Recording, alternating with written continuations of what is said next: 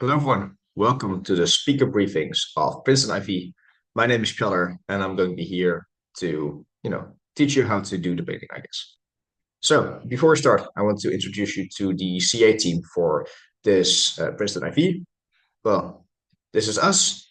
I think it's always a bit nicer to actually have an idea who the people are behind the Discord names and the answers we're going to give to the motion clarifications and that kind of stuff. So this is the cap. And now we can go on to the actual speaker briefings. So what I'm going to discuss is just the basics, so the format and law format. Then I'll go to a bit more detail about extensions, PYs, and after that I'll go into motions. What kind of burdens do you have? What do we expect of you? And how do you be good at them? Okay, what's the tournament format? So we will be using the British Parliament format, the BP format also called, which means there are going to be four teams, which are divided on two benches or two sides. So you have the Gov bench, which is on the side who's in favor of the motion, so the proposition side. Then you also have the opposition side, that's called the Up bench, who is against the motion. Now you have two teams on each side, so you have an opening team and a closing team. And the idea is that each team is going to try to decide to beat all the other teams in debate. And it's very much possible for closing government, for example, to take a first, and opening government to take fourth. So as closing government, you're still trying to beat your opening government, even though you are both in favor of the motion. So the speaker orders that are going to be happening are going to be first the prime minister, which is called the PM. Then you have the leader of opposition, that's called the LO. Then you have the deputy prime minister, the DPM, and then you have the DLO. So this is the opening half. So the prime minister and deputy prime minister are the opening government, and the leader of opposition and deputy leader of opposition are the opening opposition. After the DLO, the member of government steps up and opens then the closing half. So then after that, you get the member of opposition, then you get the government whip, and then you get the opposition whip. And as you expect, the member of government and government whip form the closing government, and the member of opposition and opposition whip are the closing opposition together. This is what people mean when they, for example, put in speaker orders and they use these abbreviations. So I hope this clears all that stuff up. Now, what are the formalities? You have 15 minutes to prepare the motion. This is called prep time. This starts when the motion has been released. At the moment, you have had the prep time. The idea is that during the prep time, you only use your partner to come up with arguments. So you don't use the internet, you don't use AI. The only reason why you should be using the internet is to maybe use a dictionary, to translate words, or to contact your speaker partner. You shouldn't be working with other teams, and you shouldn't be seeking for outside help. You should struggle together and come up with arguments. So that's the idea. The speeches will be 7 minutes long, and then after the 7 minute mark, you have a 15-second grace period in which you can finish up your point and sentence. It's not the idea that you're going to bring up a whole new point in that time frame. Just finish up what you were talking about. It's important for us to run this competition on time, especially because there will be a lot of international judges, and we want to make sure that they, get the sleep that they deserve. So it's important for us that when the draw is released, which is going to show which team you are and in which Zoom room you need to be, that you already start entering the Zoom after this draw has been released, and then get into the Zoom room. We definitely want you to already be in the room at before the end of prep time. So do get to your rooms on time. This is very important to make sure that the tournament runs smoothly and on time. So we've discussed all the teams. What are the burdens that they have? On opening government, you need to propose the motion in a full and reasonable way. So what you need to do is you need to stand for the whole motion. So it's not just in one specific context. So it's not oftentimes just in the US or just in Texas or whatever. I should interpret the motion or interpret the words in a reasonable way in which it can be debated. Don't try to scroll it and make it it's only people, only it becomes unreasonable. Then the idea is that you just advance arguments which show that the benefit of the motion or the negatives on the comparative or the other side. So where you don't have this regulation implemented. Opening opposition has the burden to also, be reasonable, but now needs to oppose the motion in a full way. The idea then for them is to just advance arguments showing that the motion overall has negatives and that the comparative or the other side actually has some benefits and that these matter. that as closing halves, so as closing government and closing opposition, you need to advance new material, new arguments to further your side of the debate. And this can be a lot of material. We'll talk into a bit more detail what those extensions can be. But what's important is you should be consistent with your opening half and not contradict them. So if you have, for example, the motion, this house would legalize all drugs, opening government can, give a model and explain like, this is only happens after 21 years, should be at least 21 years. Then you cannot, as closing government, say, actually, we're going to debate this as if, it's legal from 16 years old, and then make arguments about why it's important from the age range of 16 to, I don't know, 22 to actually have access to drugs. Because you need to be consistent with your opening half. The only reason is when they are really being unreasonable with the motion, or if they are, saying that the sky is green, something that really a gross mishapping. But this happens very little. You should try to maintain as much consistency with your opening half as you can. What you then also should do, or what actually would be very nice, is if you show why the material that you bring is like new and also important to the debate. It's no hard fulfillment. Like you're not going to immediately lose under your opening bench if you don't bring this way, but it will create a lot of clarity for judges and will make sure that it becomes, you don't allow judges to say that you did a leg of weighing and therefore you take it under them. So you should try to do this, even though there isn't a hard like thing that you need to do. Now, what can an extension be? An extension is any new material. So you can think of this in a breadth way, in which you try to completely, bring completely new arguments and points, so things that haven't been discussed by your opening half. But also you can think about this in a depth kind of way, where opening half might touch on these things, but you feel like they don't discuss them in a good enough manner. So you want to create more detail, and you want to maybe give better examples, give better reasons why something is true, why something is important. And here I would especially want to stress that it's important to explain why what you're saying is new, but also more important than what's already stated, because you want to create as much clarity for the judges, on why what new material is just overall better. What can also be granted is new rebuttal. You cannot rebut your opening half. So if you're closing government, you cannot rebut opening government. So when this says this has to legalize all drugs, and opening government says people just get more happiness from doing drugs, you cannot just actively rebut them and be like, actually, people don't get that much happiness from drugs for these and these reasons. What you can do is you can explain why overall you are more important. So you can say they talk about happiness for individuals, but we think it's more important to talk about, I don't know, people just having joining less gangs and gangs becoming less powerful. And you can explain why that is a more meaningful impact or why that's a more important impact. But you cannot say what they're saying is false or wrong. For switches, there are different rules because there's like a less opportunity for teams to react to it, especially if you're opposition whip. There's no one really responding to your speech. That means that as a whip speaker, you're not allowed to bring any new arguments. So you should try to remain in line with your member. So again, if your member talks about gangs and you just say, actually, the most important thing is that when you are legalizing drugs, you allow people to choose what they're going to do with the body, which is consistent with the principle of bodily autonomy. And then you explain why that's true and why it's an important thing. That's a new argument. That is not really related to what your member said. It's not within the same line. So therefore, that will not be credited. What you can do is you can bring new examples. For example, maybe your city state has legalized it. So therefore you're like, okay, this is a couple of examples that I have for this. You can always bring new rebuttal. You can also do new framework. So explain how the rule looks like or what the context is. That's all allowed. What you also can do is you can reasonably explain previously brought points more. So if your member of government, for example, gives two reasons why people are less likely to join gangs, and you add two new reasons, that's called like a new mechanization. That's absolutely fine. You should try to still remain within the spirit of your member. So maybe your member has one point and basically says on one thing, this increases bodily autonomy. And then you bring the whole new point about how legalizing drugs inherently creates more bodily autonomy, besides maybe just talking about it in the context of gangs, then it is stretching it. Like, yes, you've mentioned it, it's not in the same line as your member. So that again also will not be credited. What's also important here is that what you can always do is you can always explain why something is important or more important.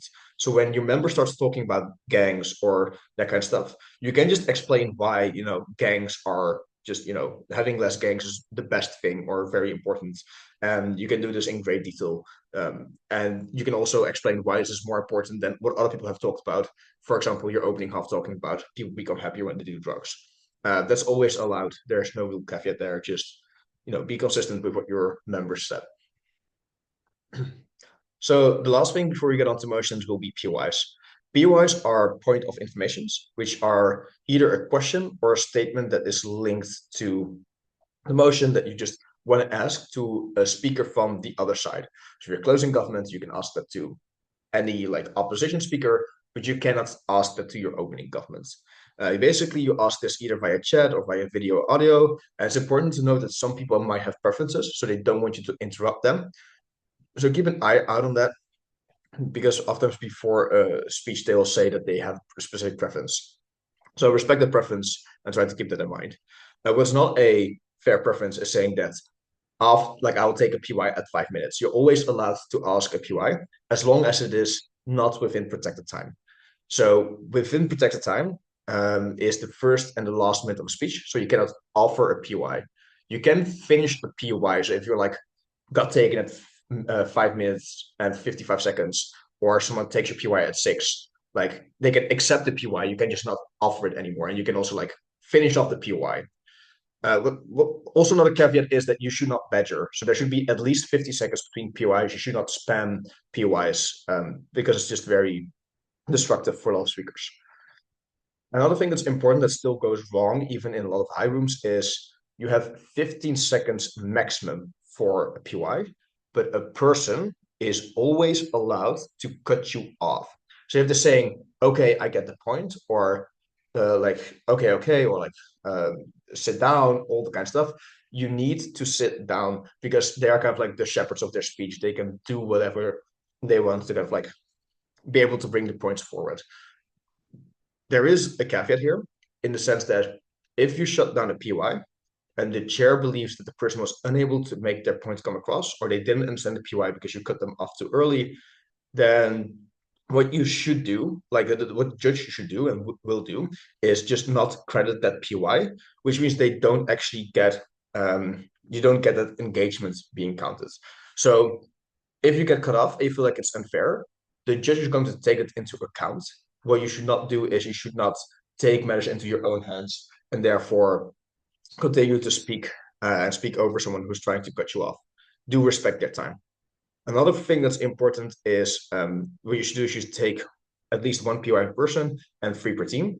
We're telling judges that in close calls, if you have not taken POIs and therefore have not engaged with the debate, then they should flip against you. So in close calls, they'll go against the other team who has taken POIs. Another thing is they will lower your speaker points because it is lack of engagement you have. It's not good. So know the rules of POIs and when you're thinking of maybe not taking or offering POIs, reconsider because we think it's very important. Okay, now let's go on to motions. Some of the motions will have info slides, and it basically will contain some information about the context, or it will clarify specific terms within the motion. So the info in this motion or the info slide will be assumed to be true. And maybe it's not always true, or maybe a specific context is not, or maybe different, or you have another opinion. If that's the case, you should read this as for the purpose of this debate. It might be that we have got some nuances to create a bit more clarity, or because we thought another debate would be more interesting. But the info slides cannot be disputed in the debate. You can add extra information and extra context, but it can be challenged. You need to explain why this is true or why it is relevant and all that kind of stuff. It doesn't have the same, strength, I guess, as the text given in the info slide. Besides the info slide, clarification should also be taken account as true. So if you have a question, then what you can do is you can ask the CA in the motion clarification channel, and that's where we're going to respond.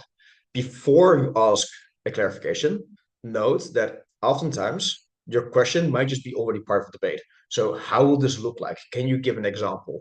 All of this kind of stuff. Most of the time we'll say, no, that's something that you should discuss in debate. So before you actually think of like a question you want to ask yourself these questions. Can I debate without this knowledge? If the answer is yes, then most likely we will not actually give you an answer to the clarification because we don't think it's important for the debate. Is this essential to create a clear debate? Like maybe do you genuinely not understand the term, or do you just want to, make sure that you understand it? That's absolutely fine. That's good. We want to create clarity. And if it's not essential, then maybe don't ask it because it's going to be stated within the debate. And the last thing is you should ask yourself is this just a fair interpretation of the words or like a characterization of the motion that I can explain in the debate myself as to be true and likely? If the answer is yes, then most likely we already meant it to be part of the debate. So we will not clarify and tell you that this is something you should discuss within the debate. Therefore, again, to stop unnecessary questions, consider these things. Also, we're going to only give clarifications within the first 5 minutes of prep because it might give an unfair advantage that someone just has a clarification at the 14th minute and then someone else didn't see it. So, okay, this is the info slide part of the motion, the motion presentation. What other motions do we have? We have policy motions. So these are in the form of this house would or this house believes that X should Y. So, for example, this house would allow any region to get independence via referendum, or this house believes that the US should invade Canada. So the context is that this is any country where it reasonably can take place. So if you think, for example, about like regions getting independence by referendum, most likely this has to be democracies because in dictatorship it's very unlikely they have this kind of power to overtake dictators. Like it's not reasonable to interpret it that way. So therefore, that would take place. But a lot of other motions, for example, this house would legalize drugs, can happen under dictatorships, and therefore you can presume that it also happens in this place. It's not just liberal democracies, it's not just Western countries, it's not just the US. It is basically anywhere where it can take place. OC can bring a model. That's what's kind of unique about this because that model has fiat.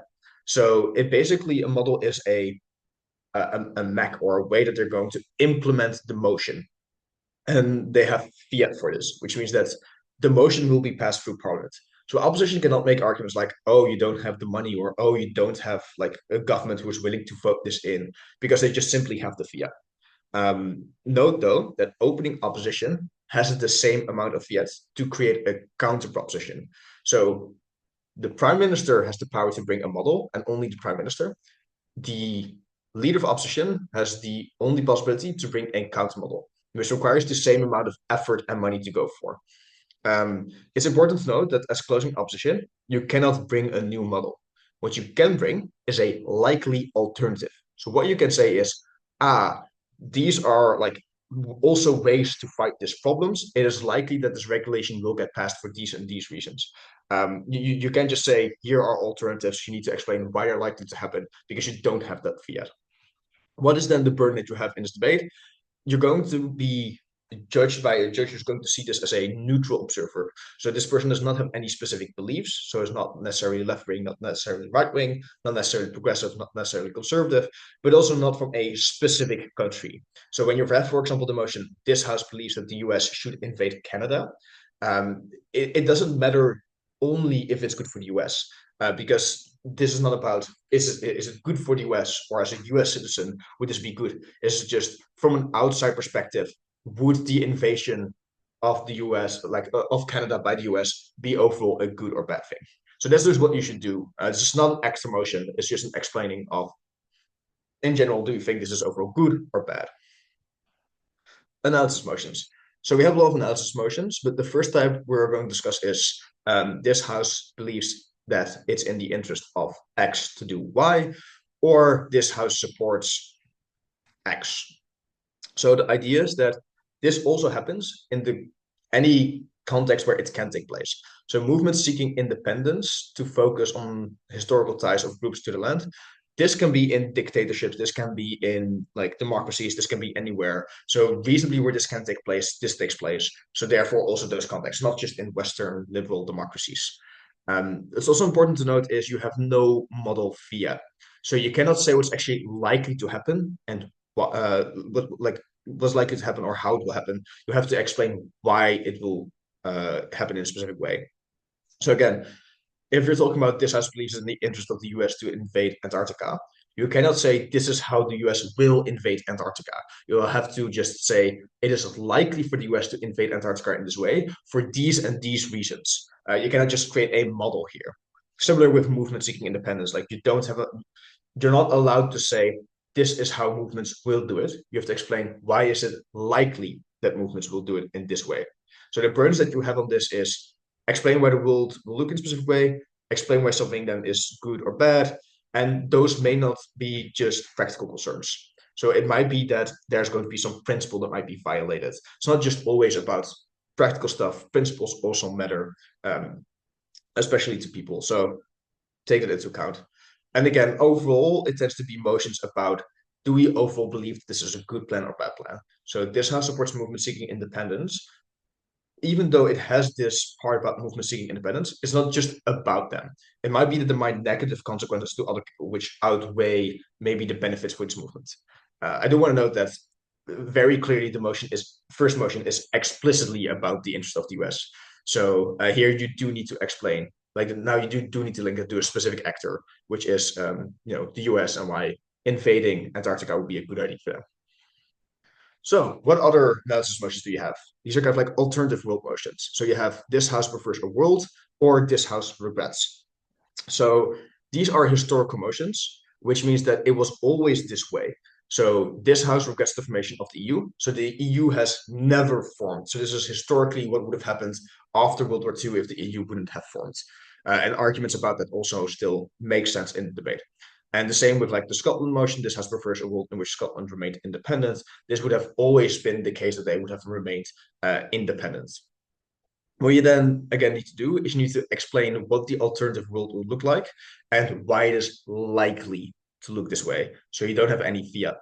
And after that, after you explain that context, then you need to explain why that is going to be good or bad. And again, this is not from a specific perspective, but from an overall, from an outside observer, would this be good? Would this be bad? That's the question that you need to answer. Another kind of motion that we have are prefers motion. This can be of the form this house prefers X to Y, or this house prefers X. The first kind of motion is this, for example, this house prefers to be welcoming to people to be welcoming to strangers over being skeptical. Then the motion gives you very clear comparative. X to Y. So opposition needs to defend being skeptical of strangers. Government side needs to like propose being welcoming to strangers. So that's a good thing. As opposition side, you cannot just say, actually, we're going to talk about something else because the motion forces you to have that comparative. And then you just need to, after that, need to explain this is how it will look like. Again, you don't have any fiat. You cannot just say this is how people interact. Say this is likely the way people are going to be welcoming. This is likely the way people are going to be skeptical. And then you explain why it's overall good or bad. If there is no strict comparative given, then you need to compare it to how things are working currently or the status quo. So when you have the motion, this house prefers people to be welcoming to strangers. Opposition defends how the world is now. Sometimes we are skeptical, sometimes we are welcoming. And then basically what you need to do is when are people skeptical? When are people welcoming? Why is it overall good or bad to be this way? And that kind of stuff. Again, you cannot suddenly talk about something else, but like an alternative that isn't the status quo. You need to defend the status quo here. Now, lastly, actor motions. Actor motions can be added to any other motion type we've discussed so far. So would, support, regrets, that kind of stuff. So this is, for example, this house, as Donald Trump, regrets the assassination attempt on him. What's important is, so far we've always said that it is overall from an outside perspective, do we think this is good or bad? But now it gets specific because you need to think about what is in the best interest of the actor. This is not the same as what would that actor do. That's an important distinction. You shouldn't make the argument, oh, Donald Trump wouldn't regret this or would regret this clearly. But it's the question about what would be in the best interest of the actor. What's also important is that you should see this from the perspective of an actor. So it's about their values. It's about the knowledge that they have, kind of like the principle that these actors might have. And again, it's important to note this part of the knowledge in the sense that the knowledge, like if the person doesn't know this, then they cannot act upon it. So what are then the burdens in this debate? It is to explain what's in the actual interest and then explain how the motion fulfills the interest. And again, they need not be just practical concerns. So it's not just, for example, about having more or less money. People also care about principles. That's why we do a lot of things. So principles do also still matter. So that being said, we have now discussed all motion types. If there are any questions that you have, you can put them in the Discord and we'll answer them there. And yeah, I'll see you guys this weekend and I hope you have a great time debating. Bye.